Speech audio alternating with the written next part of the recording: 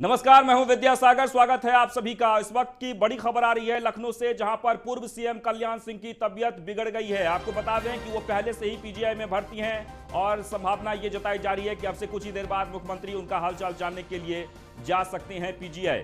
तो सीएम योगी ने कल्याण सिंह का हाल जाना। पीजीआई में चल रहा है कल्याण सिंह का इलाज, यानी कि वो पहुंचकर कल्याण सिंह का हालचाल जाना है। पूर्व सीएम कल्याण सिंह की हालत चिंताजनक बनी हुई है। काफी दिनों से पीजीआई में भर्ती हैं पूर्व सीएम कल्याण सिंह। एक बार आपको फिर से बता दें, खबर लखनऊ से, पूर्व सीएम कल्याण सिंह की तबीयत बिगड़ गई है। सीएम योगी ने उनका हालचाल जाना है। पीजीआई पहुंचकर पीजीआई में चल रहा है कल्याण सिंह का इलाज। और इस वक्त की सबसे महत्वपूर्ण खबर यही है कि पूर्व सीएम कल्याण सिंह की हालत चिंताजनक बताई जा रही है। तो काफी दिनों से पीजीआई में भर्ती हैं पूर्व सीएम कल्याण सिंह।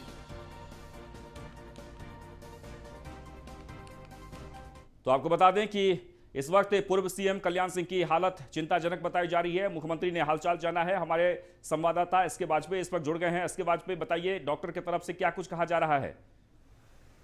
बिल्कुल, अगर हम बात करें पीजीआई की, तो पीजीआई ने जो पूर्व मुख्यमंत्री और पूर्व गवर्नर कल्याण सिंह का हेल्थ बुलेटिन जारी किया है, उसमें यह कहा है कि उनकी हालत क्रिटिकल बनी हुई है। पिछले 2-3 दिनों से उनकी हालत चिंताजनक है, जिसको लेकर जो पीजीआई क्रिटिकल केयर टीम है, साथ ही साथ जो लाइफ सपोर्ट सिस्टम पर उनको रखा गया है, लगातार विशेषज्ञ डॉक्टरों की जो टीम है वो उनको मॉनिटर कर रही है और कोशिश की जा रही है कि जल्द से जल्द उनकी हालत में सुधार हो। अगर हम उनकी बीमारी की बात करें तो वर्तमान में उनकी किडनी में इन्फेक्शन है और साथ ही साथ उनका बीपी ज्यादा बढ़ा हुआ है और शुगर भी उनका बढ़ा हुआ है, जिसको लेकर डॉक्टर्स लगातार प्रयास कर रहे हैं कि उनके बीपी और शुगर को कंट्रोल किया जाए और जो किडनी का इन्फेक्शन उनका पिछले 3 से 4 दिन के अंदर बढ़ा है उसको भी ठीक किया जाए। जिसको लेकर जो विशेषज्ञ है, चाहे वो नेफ्रोलॉजिस्ट हो, न्यूरोलॉजिस्ट हो, जो गैस्ट्रोलॉजी के जो विशेषज्ञ हैं, वो लगातार उनकी मॉनिटरिंग कर रहे हैं। सीएम योगी आदित्यनाथ आज पहुंचे थे और उनका हालचाल लिया।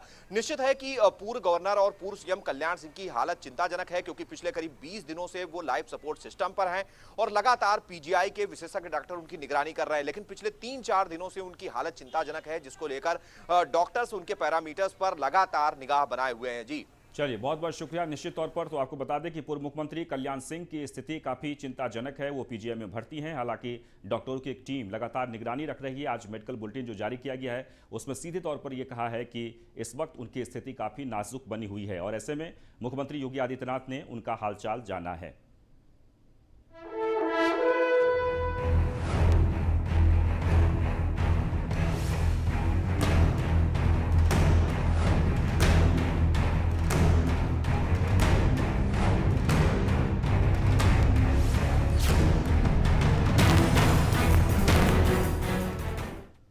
और अब बात 22 की बिसात की। जी हां, अफगानिस्तान में तालिबान का राज हो गया है और तालिबान का क्रूर चेहरा आए दिन देखने को भी मिल रहा है।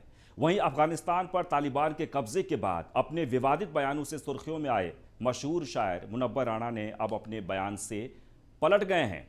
कैसे, देखिए इस रिपोर्ट में।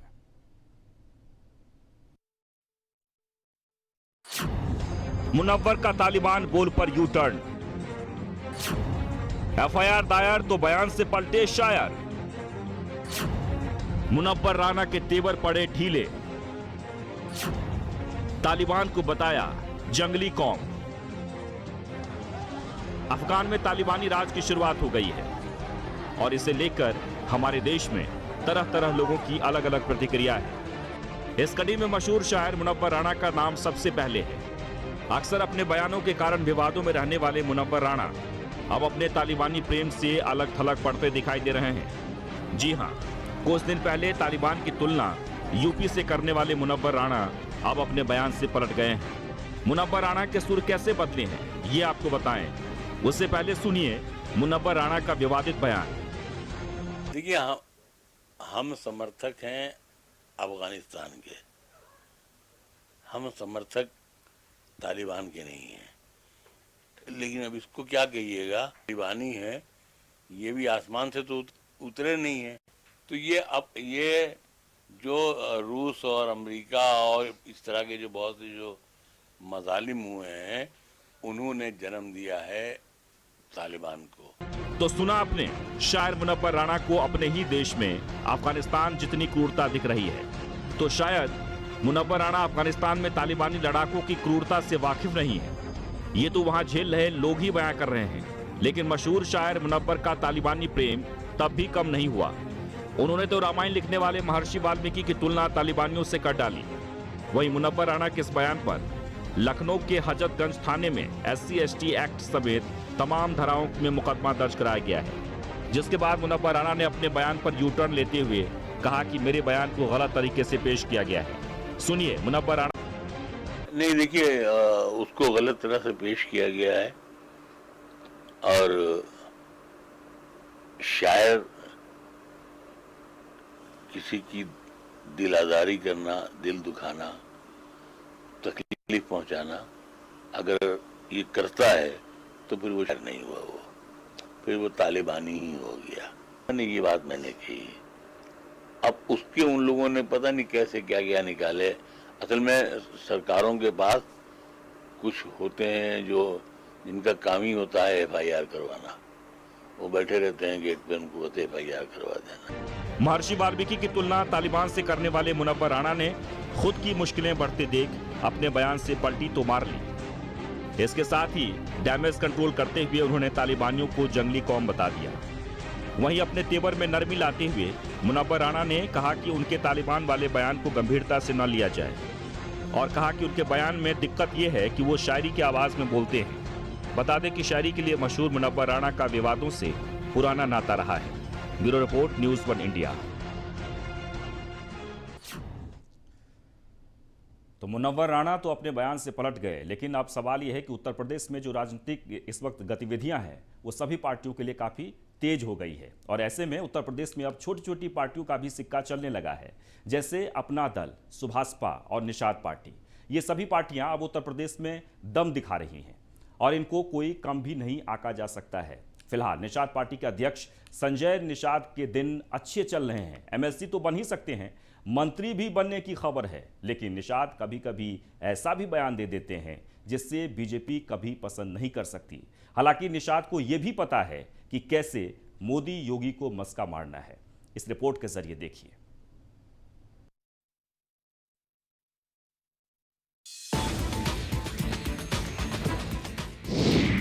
संजय निषाद का चौंकाने वाला बयान। बीएसपी की तरह काम करने का ज्ञान, निषाद के बहुत बड़े बड़े अरमान,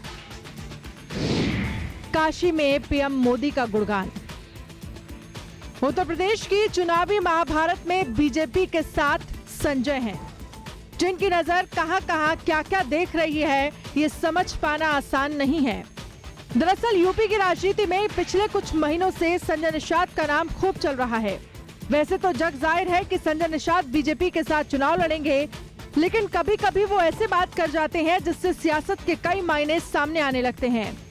दरअसल संजय निषाद को बीजेपी बड़ा तोहफा देने की तैयारी में है, जिसमें MLC से लेकर मंत्री तक की बात है। लेकिन दिल्ली के बाद वाराणसी पहुंचते ही संजय निषाद ने ऐसा बयान दिया जिससे कोई खुश हो ना हो, मायावती जरूर खुश होंगी।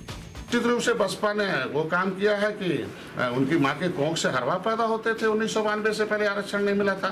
जैसे उन्होंने एक झंडा, एक नेता, एक नारा मान लिया, बहुत दलाल आए हाथी के समय, लेकिन सारे दलालों को किनारे कर दिया दलितों ने, एक अपनी पार्टी खड़ा किया और उससे क्या हुआ देखो, जितने कार्यकर्ता हैं देखो, आज सफाई कर्मी हैं, आज उन्होंने कांसीराम में मकान है, आज के दिन ठेकेदारी है। बीजेपी के साथ रहते हुए जिस तरह से संजय निषाद ने दिल खोलकर मायावती के कामों की तारीफ की है, उसके कई मायने हो सकते हैं और सियासत में समझे भी जा रहे हैं, क्योंकि बहुत कम होता है जब कोई पार्टी दूसरे खेमे की तारीफ करती नजर आती है। हालांकि इस दौरान संजय निषाद ने यह भी दावा किया कि वो बीजेपी के साथ ही हैं और 2022 में अपनी पार्टी का दायरा बढ़ाएंगे। वहीं बयानों से चौंकाने में माहिर संजय निषाद ने यहाँ तक कह दिया कि पीएम मोदी चाहे तो उन्हें सीएम या डिप्टी सीएम भी बना सकते हैं। समाज का कोई कौन समाज अपने समाज के नेता को बड़ा नहीं देखना चाहता है। हम कहते हैं कि हमने सबको मुख्यमंत्री बनाया, वो मुख्यमंत्री बहुत छोटी चीज़ है ना। हम लोग बटन दबा के हाथी को मुख्यमंत्री बना दिया, साइकिल को बना दिया, इतने बार सबको बनाया। अगर इतना वोट है, मेरा समाज अगर एक सलाह दे दिया भारतीय जनता पार्टी को, तो बहुत बड़ा काम। तो आप मुख्यमंत्री बनना चाहते हैं? हम कहते हैं हमको, हमारा समाज तो हमें मुख्यमंत्री बनाना चाहता है। अब वो ईश्वर राजी है कि भाई हम धीरे धीरे आएंगे। तो आप हम कहते हैं हम लोगों को पद प्रतिष्ठा नहीं है, हम लोगों समाज का सलाह था, वो मेरा मांग नहीं था। वाराणसी पहुंचे संजय निषाद ने कहा कि एक तरफ अपने बयानों से सबको हैरान कर दिया है, वहीं सीएम से लेकर डिप्टी सीएम बनाने तक का जिक्र संजय निषाद की महत्वाकांक्षाएं की उड़ान को समझा जा सकता है। वाराणसी से न्यूज़ वन इंडिया के लिए सुजीत पटेल की रिपोर्ट। तो सभी छोटी छोटी पार्टियों को बड़ी पार्टियां साधने में जुट गई है, लेकिन पार्टी अपने अपने कैडर को तैयार करने में भी जुटी हुई है और इसीलिए यूपी विधानसभा चुनाव को लेकर समाजवादी पार्टी ने अपने वोट बैंक मजबूत करने की कवायद में जुट गई है। खासकर मुस्लिम वोट बैंक को मजबूत करने में जुट गई है। बांदा जेल में बंद माफिया और नेता मुख्तार अंसारी के भाई सिबगतुल्लाह अंसारी की सपा में एंट्री की खबर इसी कवायद की शुरुआत है। देखिए ये रिपोर्ट।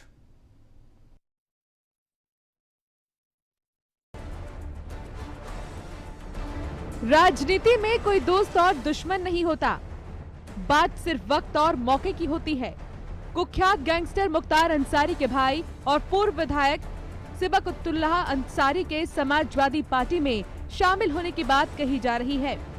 माना जा रहा है कि समाजवादी पार्टी के मुखिया अखिलेश यादव से मुलाकात के बाद सिबगतुल्लाह अंसारी सपा में शामिल होंगे। मौजूदा वक्त में उनके छोटे भाई और बीएसपी विधायक मुख्तार अंसारी बांदा जेल में बंद हैं। 2022 में यूपी विधानसभा चुनाव होने हैं। ऐसे में सपा अपने मुस्लिम वोट बैंक को खींचने की कोशिश में जुटी हुई है। सभी मुस्लिम चाह रहे थे इस बार और उनके आने से अब कोई गुंजाइश नहीं रही किसी भी दल के लिए और बी टीम के लिए तो खासकर नहीं है। और वो अपने आप में ही सब कुछ हैं, उनकी तारीफ मुंह से नहीं कही जा सकती है। वो नेता हैं, बाहुबली लोग उनको बनाए हुए हैं, कह रहे हैं, मगर अगर आप उनकी वहाँ जाएं विधानसभा सीट या उस एरिया में जनपद में तो लोग दिखाएंगे, बताएंगे वो गरीबों के मसीहा भी हैं। वो ऐसे ही नहीं जीत जाते हैं। वो इतने बड़े नेता हैं मुसलमानों के, और मुसलमानों के नहीं, मैं तो कह रहा हूँ सबके वो नेता हैं, सारे ही लोगों के काम करते हैं। वो आएंगे, पार्टी में बहुत बड़ा बदलाव होगा। सिबगतुल्लाह अंसारी की मदद से अखिलेश यादव पूर्वांचल में नया सियासी समीकरण बैठा सकते हैं। वो न सिर्फ अपने कोर मुस्लिम वोट बैंक को और अधिक मजबूत करने की कोशिश में जुटे हैं, बल्कि सिबगतुल्लाह अंसारी के जरिए बांदा जेल में बंद मुख्तार अंसारी के नाम पर मुस्लिम वोट बैंक को और ठोस बनाने का प्रयास कर रहे हैं। योगी सरकार ने तमाम मुकदमों में मुख्तार अंसारी को जेल में बंद कर रखा है। योगी सरकार न सिर्फ उनके अवैध निर्माण पर बुलडोजर चला रही है, बल्कि करीबियों के संपत्तियों को भी जब्त किया जा रहा है। ऐसे में सपा को लगता है कि इस प्रकरण के बहाने मुस्लिम वोट बैंक को अपनी तरफ मोड़ा जा सकता है। में तो रॉबिन हुड जैसी उनकी छवि है और उनको लोग इस रूप में स्वीकार करते हैं। निर्दल विधायक, उनके बड़े भाई मतलब कम्युनिस्ट से आए, उस आंदोलन से जुड़े हैं और वो उनके संस्कार में है। इस तरह की पॉलिटिक्स है उनकी। और सिबगतुल्लाह अंसारी जी की बात बता रही पार्टी, उनके ऊपर तो 107-16 का भी कोई मुकदमा नहीं। सपा को पता है कि विधानसभा चुनाव में मुख्य लड़ाई बीजेपी के साथ होनी है और एक मुस्लिम वोट बैंक इसमें सपा की मदद कर सकती है। मुस्लिमों की बीजेपी से दूरी की नई बात नहीं है। ऐसे में सिबगतुल्लाह अंसारी की सपा में एंट्री पार्टी के लिए फायदे का सौदा साबित हो सकती है। एक बार मायावती ने भी रॉबिन हुड का खिताब दिया था और यहाँ पर जो कार्यकर्ता है वो भी रॉबिन हुड का भी खिताब दे रहे हैं कि मुख्तार अंसारी रॉबिन हुड का किरदार निभाते हैं। हालांकि जो बाहुबली का तबका दिया गया है वो एक साजिश के तौर पर दिया गया है, लेकिन देखना ये होगा कि 21 तारीख को जो ज्वाइनिंग बताई जा रही है सिबगतुल्लाह अंसारी की, 21 तारीख को ज्वाइनिंग होगी, तो उससे उत्तर प्रदेश के मुसलमान कितना जुड़ते हैं समाजवादी पार्टी से, और देखना होगा कि 2022 में इस ज्वाइनिंग से कितना फायदा होता है अखिलेश यादव को। वीडियो जर्नलिस्ट समीर के साथ Naqwa Shaikh, news on India, Lucknow. विपक्षी पार्टियों को एकजुट करने के लिए अखिलेश यादव लगातार लगे हुए हैं। बड़ी पार्टियों से अखिलेश यादव ने दूरी बना रखी है, लेकिन छोटी छोटी पार्टियों के लिए उन्होंने रास्ता और दरवाजा खोल रखा है। फिर चाहे वो चाचा शिवपाल सिंह यादव ही क्यों ना हो। सफाई पहुंचे अखिलेश यादव ने 2022 को लेकर क्या क्या कहा, बीजेपी को डरी हुई पार्टी करार देने के पीछे वजह क्या है, सब जानने के लिए देखिए यह रिपोर्ट।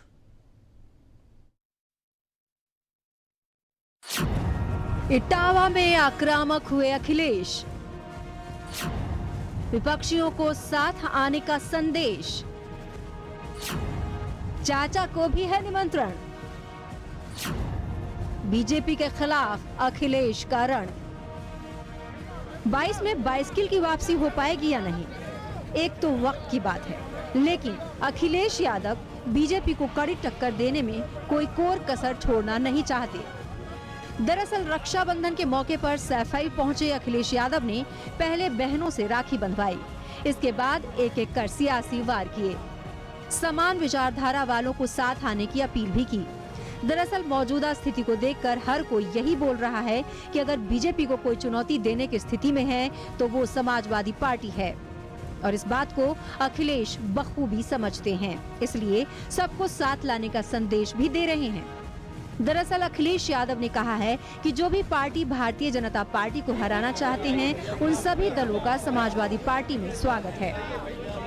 जो दल भारतीय जनता पार्टी को हराना चाहते हैं, उन सबको साथ लेने का काम समाजवादी पार्टी करेगी।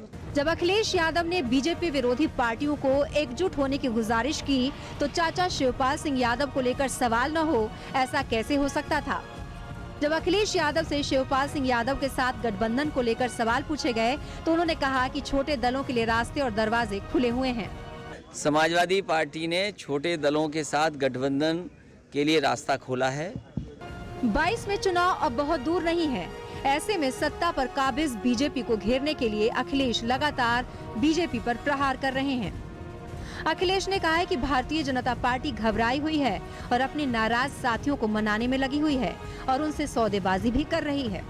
भारतीय जनता पार्टी घबराई हुई है और इसीलिए लगातार जो साथी उनसे नाराज थे उन्हें मनाने में लगी है, उनसे सौदा कर रही है।